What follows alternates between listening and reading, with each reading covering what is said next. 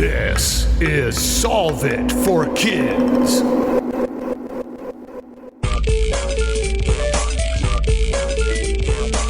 Hello, my amazing and curious friends. My name is Jennifer, the Dean of all things STEM and STEAM, and this is Solve It for Kids, the science podcast that gives kids and families a peek inside the real world of scientists, engineers, and experts as they solve problems in their jobs using creativity, cooperation, and critical thinking. And now please welcome to the show my podcast partner, Galactic Space Geek, Jeff Gagne. Hello, Jennifer, and hello, listeners. Galactic Space Geek Jeff is super excited today because we get to talk to one of my favorite space geeks that I know. Yes, this is going to be so much fun learning about all of these cool things. So what problem are we solving today? What is the Deep Space Network? What is the Deep Space Network? Well, this is a great question because I don't know that a lot of people know what it is or how important it is. So who is our guest today, Jeff? You've got that right on the nose, Jen. Our guest today is the fantastic Rémy Morgan. She is a network operations analyst for the Deep Space Network. Welcome to the show, Rémy. Thank you. Hello, welcome. Can I have my title changed to, what was it, Galactic Space Geek? Yes! I'm emailing my manager right after this. Absolutely. Excellent. Absolutely. So, good question, or good lead into the question. Since you were a kid, did you always want to be a Galactic Space Geek? Absolutely. Okay, I saw an episode of Magic School Bus where they go into the solar system and go to all the planets. And I was like, this is the greatest thing I have ever seen in my entire life. I watched it anytime. Well, you know, we didn't have the recordings at the time, but I loved when it was on. I watched a ton of Magic School Bus. I had the book for the Lost in Space episode. I got like all these atlases and encyclopedias and space books from the library. And my parents were like, I don't know anything about space. Have fun with these books. And I was like, have I got fun facts for you, Mom and Dad, every day at dinner, you know? That's so fantastic. I've been interested in space as long as I can remember. That's awesome. Nice. So since you were so interested in space, what did you decide to study in school? I'll never believe it, but I studied space. I got a major. I majored in astronomy, which is the study of space, right? So I took a bunch of different classes in all different types of astronomy because when you start getting higher up in space science and in astronomy, you start realizing that there are specializations. You know, someone who studies space doesn't just study space. Right. They'll study certain aspects of it, right? So you can talk to someone who studies stars for a living, right? And you'll ask them a question about a planetary process, right? And they'll go, I don't know. Because that's not their area of expertise, not what they do. Right? You know, if you talk to a planetary, you know, geologist or a scientist who studies planets and you go, hey, how does this galaxy work? They're going to go, well, I can point you to a colleague, you know? So, you know, as you get higher and higher, you start realizing what aspects of space, you know, you actually want to go into, not to mention things like aerospace, which is, you know, how we get to study space. Right. Ways. So what did you study? Like, which one of those did you pick? I took a lot of classes, actually. I ended up going on both the astrophysics track, which is like the stars and galaxies and whatnot, and also the planetary science track. But I think I like the stars and galaxies a little bit more. I like, compact objects, things like black holes, neutron stars. So when a star dies, that's the best. Right? Who doesn't like black holes? They are so cool. They're so neat. I could go on and on about those. I think we may do some of that. Yes. Okay, so in studying that, full disclosure, Rémy actually used to be the director of the Air Force Academy Planetarium, where I now work. She handed that job off to me to take this job. Rémy, what is a network operations analyst for the Deep Space Network? Yeah, so let's break down network operations analyst. So an analyst is someone who analyzes, right? So you look at all of these different details of something, right? Take a bunch of details, a bunch of information, and you figure out what that means, right? So you analyze the details. So then network operations, so a network, that's a bunch of interconnected things, and then operations, how they work. So I look at how this network of things operates and figure out what we need to do to make it operate better. Yeah, so in this case, it's the Deep Space Network, which is a network of radio dishes. So it's how we talk to things in deep space. So they're these really big, they look like giant antenna dishes, these big bowls, right? In a few different locations around the world. There are 3 sites, and each of them have a few of these. And we use that network, right, to talk to things in what we call deep space. So that's like the moon and beyond. So if there's a spacecraft that is going to the moon or beyond, it is more than likely talking on our Deep Space Network. Wow. Okay. So can you talk to us about what kind of frequencies these are using? So they use radio frequencies. We refer to them as different bands. So we have S band, K band, X band, Ka band. And how far can they reach? Really far. So the question of how far can something reach, how far can something listen, how far can something see with stuff like telescopes, because these are kind of like telescopes. We use them as telescopes sometimes too.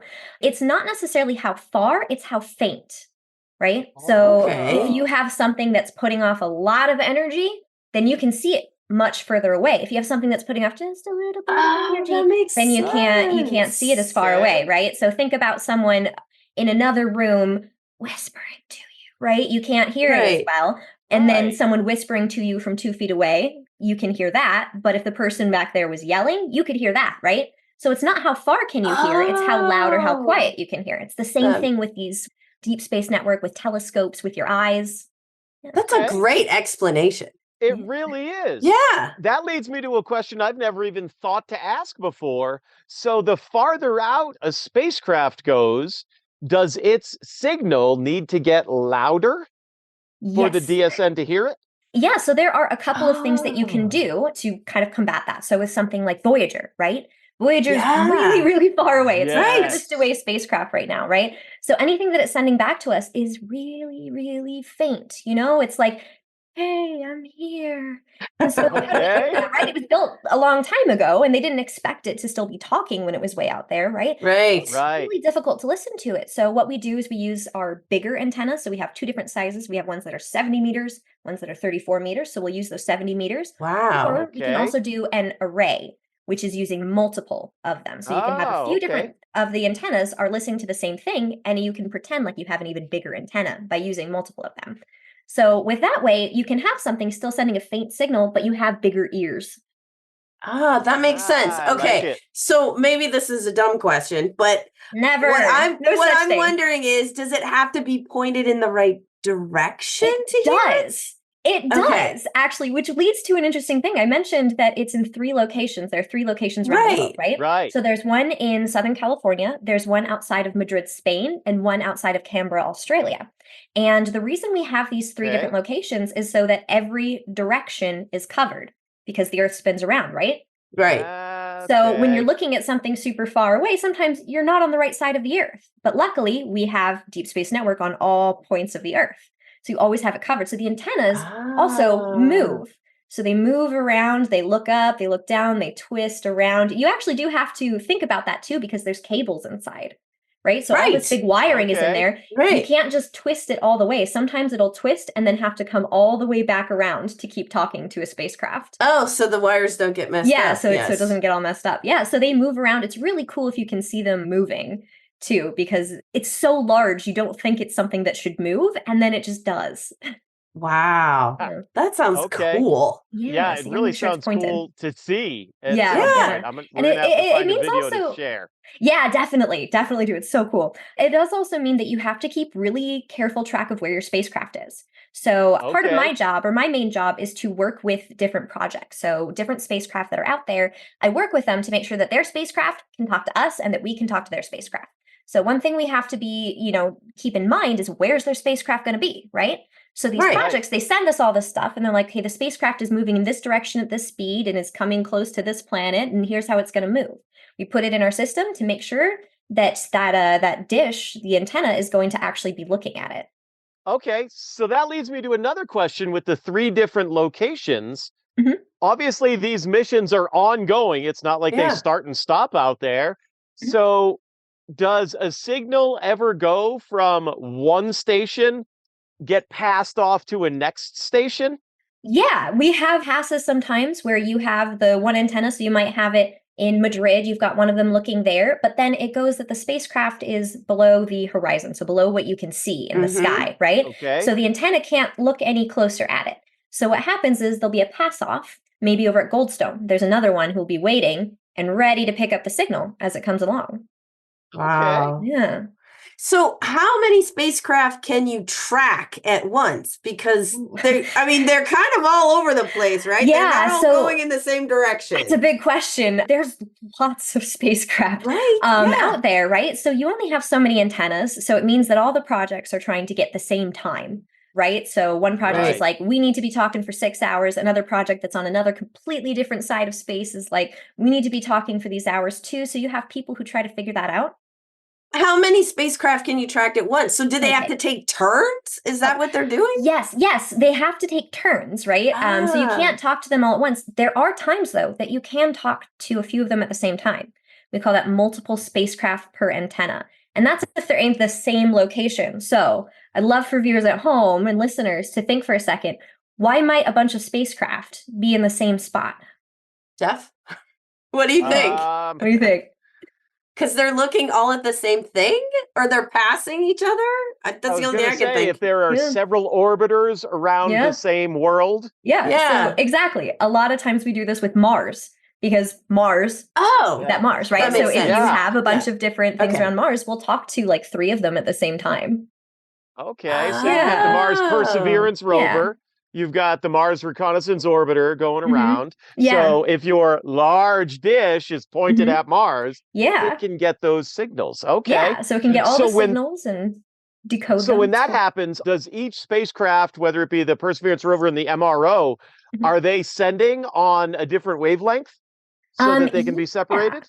Yeah, so they're sending on different wavelengths, or they might be like out of phase. So something about them makes it so that we can split them apart, right? So they're tagged differently in some way. So whether it be a different frequency or just a different kind of tag on it almost, but different frequency definitely is the way to go, right? So you set it up and each of these frequencies comes in differently, right? So you can send it to a different portion, a different spot to be decoded and sent back over to the project for all of their data. Wow. Okay. So I'm assuming this runs 24 hours a day since there's so many spacecraft that you have to keep track of. 24/7. I'm just thinking and there's new ones being launched all the time. All the time, yeah. So that's another big part of my job is when a spacecraft is going to be launched, when they have an idea for one, when they start doing that, they need to test it with us, right? And they need to make sure that everything's going to talk. So I work with that. So for example, Europa Clipper is launching later this year, right? Yes. But we did tons of testing with it for years in advance to make sure that it was going to be able to talk. And we're still doing testing with it to make sure everything's going to work before it even gets sent up. Well, that would be a big problem if they spent all that money and then it couldn't send any of the data That would back. be really unfortunate. We try to avoid that. We have so much testing. So we test it just in general, right? Like, does this make sense here? We test it just in a little lab setting, a little testing facility on site. We also test it with the antennas themselves. We test for each antenna to make sure every single, complex is going to be able to use it, every antenna. We do testing to make sure that the project knows how to work with us, right? So when we're doing these testing, we kind of have the project talk with them to see. We make sure to test it with every, so each of the complexes, right? Each of these locations for it have different staff, right? And since it's run 24/7, what we do is we have the different staff take over during business hours. So they make sure that the tests are done with each of the different staff so that they know what's happening with these particular missions. So that you're never sending anything up there with a bunch of question marks, right? Everyone feels pretty, or as good as you can feel when your life's work is being shot off into space, right? Well, and since the Deep Space Network is the only large network like this that all of these spacecraft can talk to, it's not. It's not. Do tell. Yeah, okay. So there are a couple of other options that you can talk with, and you can talk with like any, antenna that's going to that can pick up that signal, right? But there are a couple of other options. There's a European one, but they often use ours as a backup as well. So they do testing with us. And then other space agencies that don't really work with the US quite as much. So like the Chinese Space Agency uses their own version as well. So there are a couple of options there, but ours is like one of the largest. It's the one that's been around the longest. Right. Gotcha. They started building it for the, Apollo landings, right? Right. Yeah. So there are other options out there, but ours is like tried and tested, doing well. Yeah. Gotcha. Ours is the best, and I'm not biased. There you go. I'm not biased at all, but it is. But it so is, you all, and if you're going to use our network, you need to learn how to play nice with us. Exactly. So with so many spacecraft out there, I don't know if this is your job or not, but how do you work the priority of missions? I would imagine as soon as there's humans involved, as soon as there's astronauts involved, that is right at the top of the list. But after that, okay, we've got Mars, we've got Jupiter, we've got Saturn, we've got Pluto, the Kuiper Belt, and the Voyagers. And how is all of that worked? Yeah, so luckily, I don't have to worry about that. Yeah, so someone else takes care of that. There is a whole team of people. So yeah, like a whole team of people that does the scheduling for that, right? And it sounds like a very stressful job because you do have to decide, okay, is this mission more important than that mission? Can this mission get time later? This mission's having an emergency. I have seen before though, people will email out and they'll go, hey, this spacecraft is having an emergency and we need more time on it. Any of these projects, could you potentially give up some of your time? We'll try to get you in later. And then the projects will work together on it too, because people who like space, right?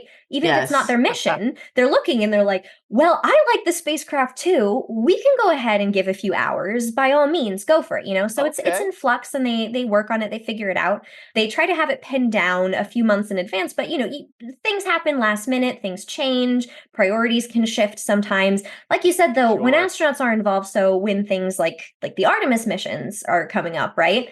Those ones are going to take absolute priority. We're going to have people in there 24/7, always monitoring everything that's happening there to make sure all the communication's doing well, and everything else is going to be secondary to that.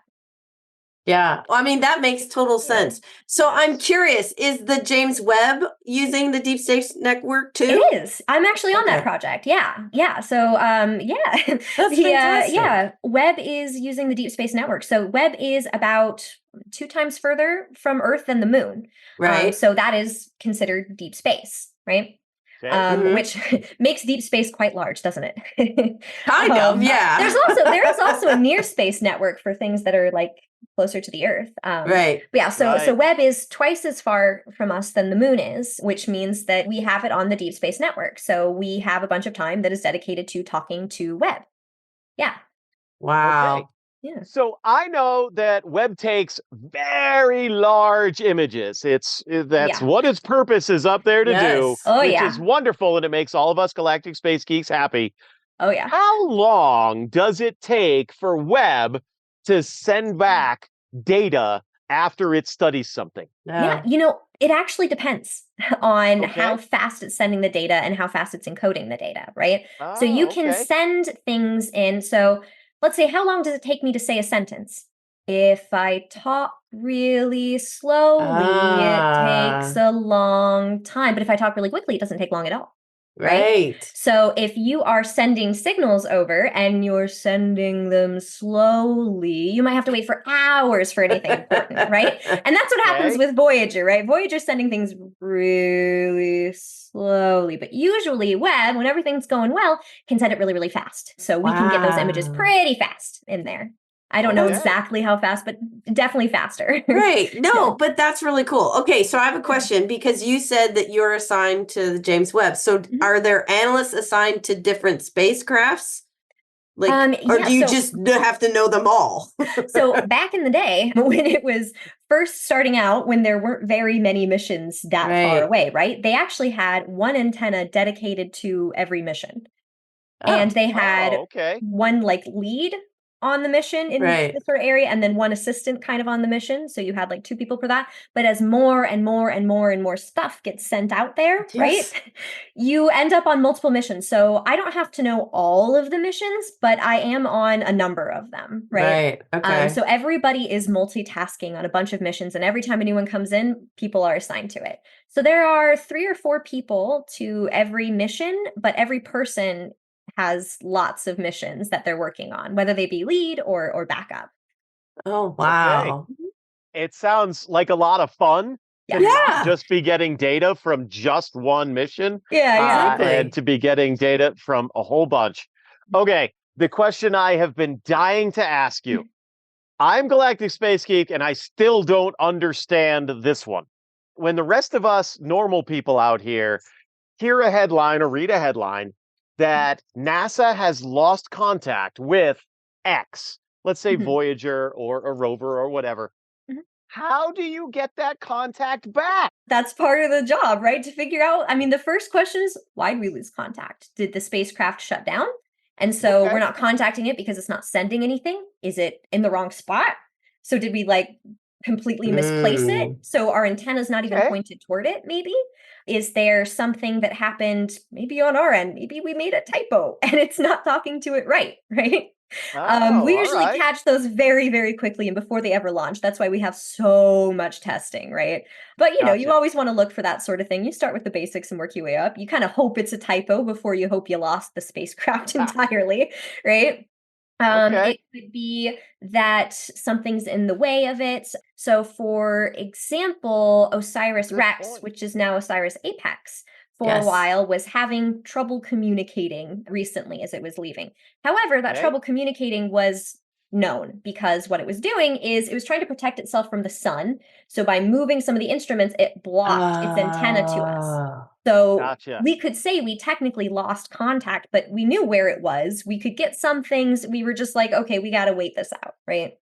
Right. So we want it to protect itself from the sun. We want it to do its job. Yes. Hopefully it does what it's supposed to once it gets to a safe zone again. Yeah, it did. Hello. So we're golden. Yeah, it did. And another reason that they might say we lost contact isn't because we lost contact, but because it's not telling us anything that makes sense, right? So it might be in what's called safe mode. So it might be having a problem. You know, when your computer shuts down and is like, I'm having a problem, I can't do anything, right? Yes. Your computer is working, it's on, it's powering on, it's telling you something, but it's not telling you data, right? Yes. So you're not getting the data from the spacecraft. So you're not technically contacting it and it's not talking back to you and not listening to you, but you haven't lost it and it's not hopefully not broken. But yeah, so there's many different reasons that you might lose contact, and it could be a surprise, it could be planned. Yeah, lots of reasons for that. And then it comes down to troubleshooting, right? You sit there, you work through all the possibilities that make sense. You work through the possibilities that don't make sense. Once you put it down, you try to find solutions. You cry on your off time, and then eventually you cross your fingers and hope it comes back. you call people who've worked there longer and go, please, do you have anything? You know,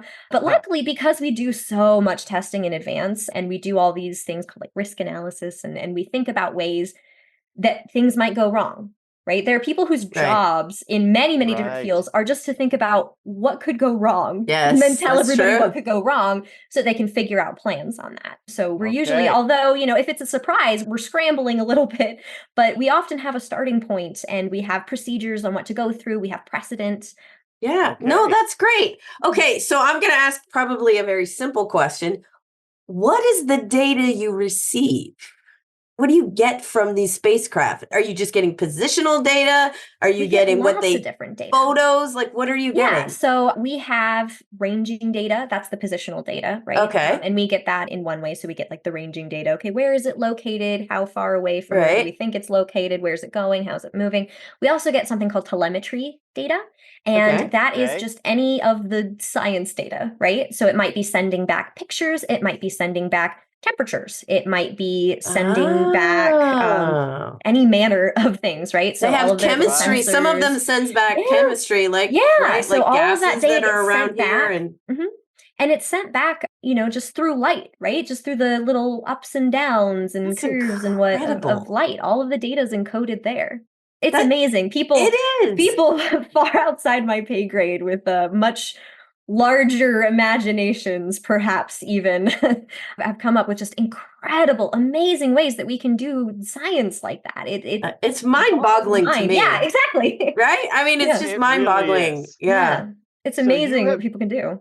Yeah. You have mentioned that you're working on web, getting data down from that, and that you worked with testing for Europa Clipper. Jennifer and I were lucky enough when we came out to visit you for a tour of JPL. We got to see the Europa Clipper so amazing before it launches. So that really was amazing. Jennifer and I will share that image. Glad I was there. Yes, that was awesome. Can you share any of the other missions that you work on that you get data back from? Yeah. OSIRIS-REx or OSIRIS-APEX right now is one that I work on that they recently, it was back in September, they had taken a sample from an asteroid a little while ago. And in September, they dropped it off back at Earth. And a lot of people just were kind of like, wow, this is amazing. This is so cool. Thanks, OSIRIS-REx. Goodbye. But the OSIRIS-REx team, now the OSIRIS-APEX team, is still in full swing because they're sending it to a new asteroid called Apophis. So it's going to go there, take some pictures and everything. So its mission got extended. So that's still happening, folks. That's what I do a lot of work on. I'm doing preparation work on a mission for JAXA, the Japanese space agency, called Martian Moon Exploration. This one is going to go to one of the moons of Mars, Phobos, take a sample and bring it back. And they're hoping for 2026. And we did some testing for that already. So very far in advance. We were testing for that in October, November to see, what would work. That's how far in advance some of these things happen.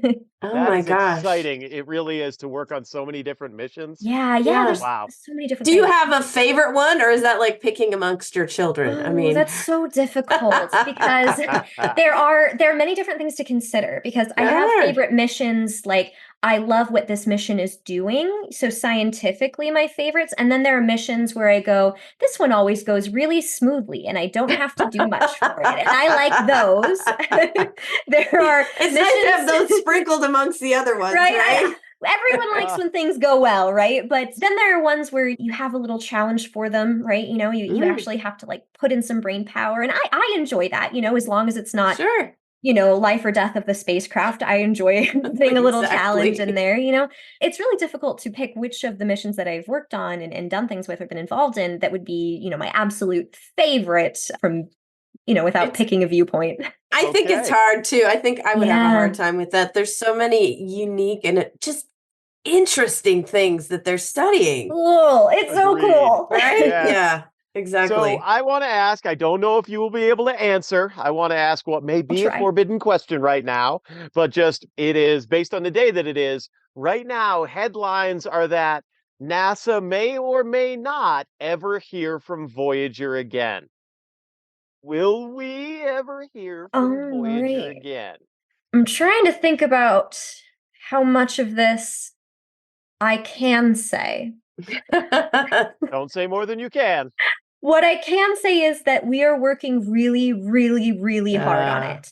There have been a lot of, because that's another one that I keep track of because I love Voyager so much. Voyager 1, Voyager 2. Oh, I adore them. And what's going on with Voyager is that what we're getting back from it is just garbled. It doesn't make sense. So we're trying to get it to talk to us properly. So that's another one of those, we lost contact. What does it mean? We know where it is and we know it's doing something, but it's just not making sense. So it's, I'm not sure one way or the other if we're going to be able to, get it working again, or if that's just going to be kind of a human legacy without giving back which the data, is an amazing legacy. How much have we learned from that mission? I mean, so much more than they even anticipated too. They sent it out, they gave it a, it'll go to Jupiter, it'll go to Saturn. With Voyager 1, it went to Titan and then skedaddled on out of there. And luckily, they continued funding for it so that it could continue taking data, sending things back. They knew, however, that it wasn't going to be forever. Even if the funding continued forever, the power's not going to last forever. Exactly. We're not going to be able to talk to it forever because at a certain point, it just gets so faint we can't hear it, right? Yes. It's a 21-hour one-way light trip. for Voyager. Wow. So anytime we try to talk to it, so this is another reason this has been really difficult, why they've been working for so long on it, is because anytime you're trying to talk to Voyager, you go, hey, Voyager! And then 21 hours later, it gets to Voyager. And then if Voyager responds, it can go, oh, hey! And 21 hours later is when you pick it up again. So you're pointing the antenna to it. You're sending a signal because they don't just listen. They also send the signals, right? So you're sending the signal out to it. And you go, all right, hope that makes it. And then you wait 42 hours before you point the antenna back at it to try to get its reply. Wow. That's, so again, it's I mean, I just keep saying mind-boggling. It's so cool that we can see and learn from stuff that far away, which I don't, and I'm not even sure that any of us can completely comprehend that distance. Yeah. Agreed. Space is so neat. One thing I really love about space is how big it is. Some people get a little intimidated by how large space is. And I'm one of the people that just think, wow, that's so cool how big it is.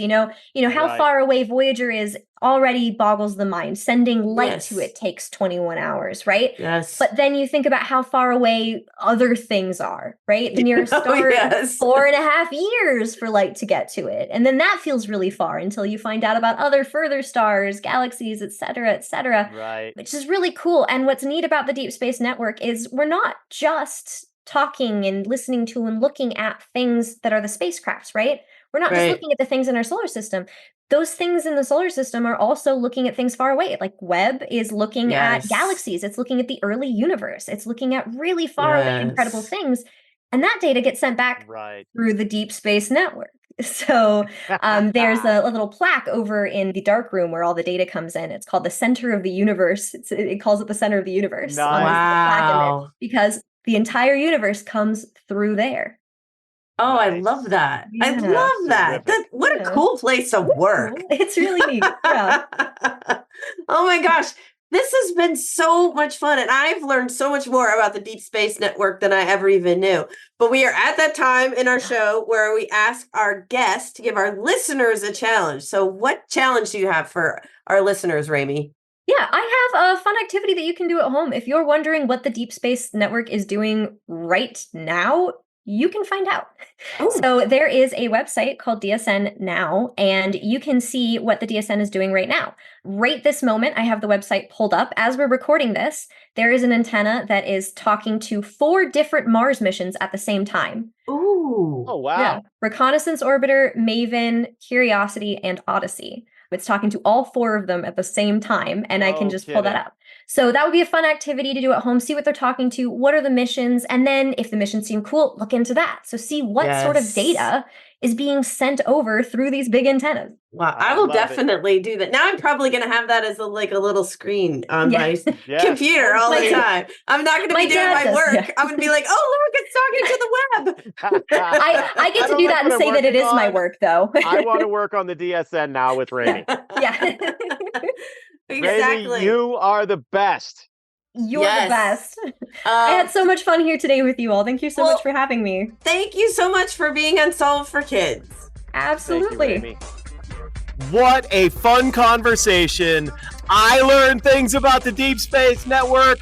I hope our listeners learn things about the Deep Space Network, and the amount of different spacecraft and projects that the Deep Space Network communicates with is truly mind-boggling, Jen. It is. I mean, all of these different things that they can watch, and they have different times, and all of the people that watch the different things. I mean, all of the projects that are going on, and Rémy herself is juggling a lot of them. You know, I am so excited to do the challenge and take a look at the Deep Space Now website, because I'm curious to see, count how many projects do they have going on, and spacecraft out there that they are watching, aren't you? Oh, absolutely. And I'm kind of cheating right now. Galactic Space Geek Jeff is on Deep Space Now right now. And I am looking at transmissions coming from Voyager, from the Lucy mission, from New Horizons, from the James Webb Space Telescope. All of this data we can watch, and we know that it's coming back to us right now. This is super cool. Everybody should check out this website. And if you ever just need a 2-minute break in your day, hop on to DSN now. You'll find eyes.nasa.gov, and you will just be able to see the streaming data coming in. This is super cool for a space geek. Yes. And well, it's cool for everybody that is interested in learning about what's going on and how we're discovering more information about space in general. So if you think this is cool or you want to share your thoughts about the Deep Space Network with us, you can find us on social media. We are at KidSolve at Facebook, Instagram, and X. And don't forget to check out our website, solveitforkids.com, where we will have all kinds of information about the Deep Space Network and even some cool images of deep space that you can enjoy. And as soon as we're done with this, I will be spending some time enjoying the data stream that is coming back from Voyager 1. Thank you so much to the Deep Space Network team for getting us reconnected with that so long ago spacecraft that is still sending us information. Until next time, you'll hear Jen and Jeff on Solve It for Kids.